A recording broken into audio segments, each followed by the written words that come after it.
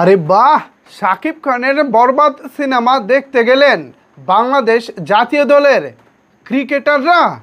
আজকাল দেখি ক্রিকেট খেলোয়াড়েরাও রিক্সাওয়ালাও হয়ে যাচ্ছেন। কেন এই কথা বলতেছি? শাকিব খানের বরবাদ সিনেমা দেখলে কি কেউ রিক্সাওয়ালাও হয়ে যায়? কিন্তু তারপরও কেন এই কথা বলতেছি?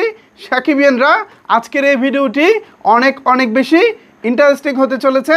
মনোযোগ সহকারে ভিডিওটি দেখতে থাকুন। আপনাদের সাথে রয়েছি আমি ওয়াসিম। ভিউয়ার্স, কখনো কি ভেবেছিলেন শাকিব খানের সিনেমা দেখতে হলে যাবেন বাংলাদেশ জাতীয় দলের ক্রিকেটাররা? আপনারা ভাবলেও এটা আমি ভাবি নাই। কারণ কি? কারণ হচ্ছে এমনিতেই তারা খেলা নিয়ে সারা বছর ব্যস্ত থাকে। খেলা শেষে তারা পরিবারকে সময় দেয়। সিনেমা হলে যাওয়ার মতো খুব একটা সুযোগ থাকে না। এছাড়া তারা পৃথিবীব্যাপী নানান দেশগুলোতে ঘুরে বেড়ান, সিনেমা দেখেন। সব কিছুরই তো তাদের একটা টেস্টের ব্যাপার আছে। বাংলা সিনেমা আদৌ তারা দেখবেন কি না, এটা নিয়ে আমার একটা সংশয় বা সংখ্যা ছিল। বাট শাকিব খান, তিনি যে একজন আছেন, তিনি এবার বাধ্য করেছেন তার সিনেমা দেখতে হলে যেতেই হবে। সেটা আমাদের মতো সাধারণ মানুষই হোক বা জাতীয় দলের খেলোয়াড়েরাই হোক। শাকিব খান এবার বাধ্য করেছেন সবাইকে।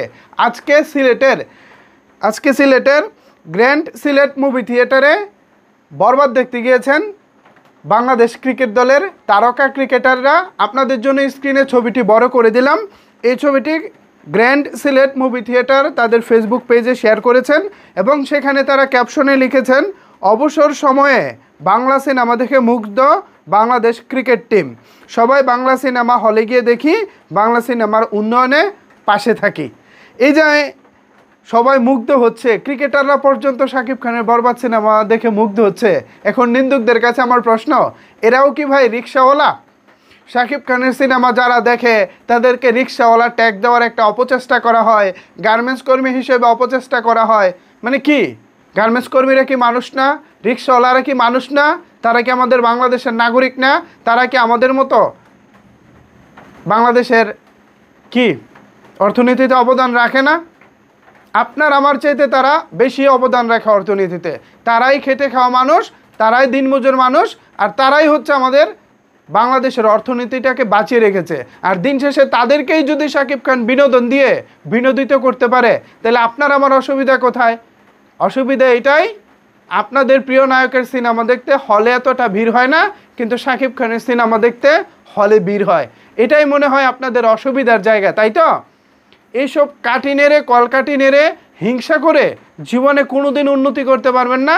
আপনাদের প্রিয় নায়করাও কোনোদিন উন্নতি হতে পারবো না, বা তারা কখনো উন্নতি করতে পারবো না। যারা জীবনে খেটে খাওয়া শ্রমজীবী মানুষের নায়ক হতে পেরেছেন, হিরো হতে পেরেছেন, তারাই কিছুটা করতে পেরেছেন। আর আপনাদের মতো যারা নাক উঁচু আছে, নাক সিটকানি ভাব আছে, তারা জীবনেও কিছু করতে পারে নাই।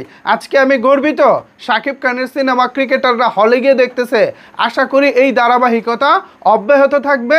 এখন থেকে আমাদের জাতীয় হিরোরা, জাতীয় ক্রিকেটাররা নিয়মিত হলে যাবেন, শাকিব খানের সিনেমা দেখবেন। এখন আমরা বাংলাদেশে সবাই রিক্সাওয়ালা, তোদের কোনো আপত্তি আছে? পারলে শাকিব খানের মতো হলে গিয়ে দর্শকে ভাবে বাজিমাত করে দেখা, তারপর বুঝবো তোরা কোন হিরোর ভক্ত আর তোরা কোন হিরো নিয়ে চলাফেরা করিস। ভিউয়ার্স, মাথা গরম হয়ে গেছে। আজকের এই দৃশ্যটা দেখে আমার খুব ভালো লেগেছে। এই বিষয়ে যদি আপনাদের কোনো কিছু বলার থাকে তাহলে অবশ্যই সেটি নিচের কমেন্টস বক্সে জানাতে পারেন। ধন্যবাদ সবাইকে এতক্ষণ আমার সাথে থাকার জন্য।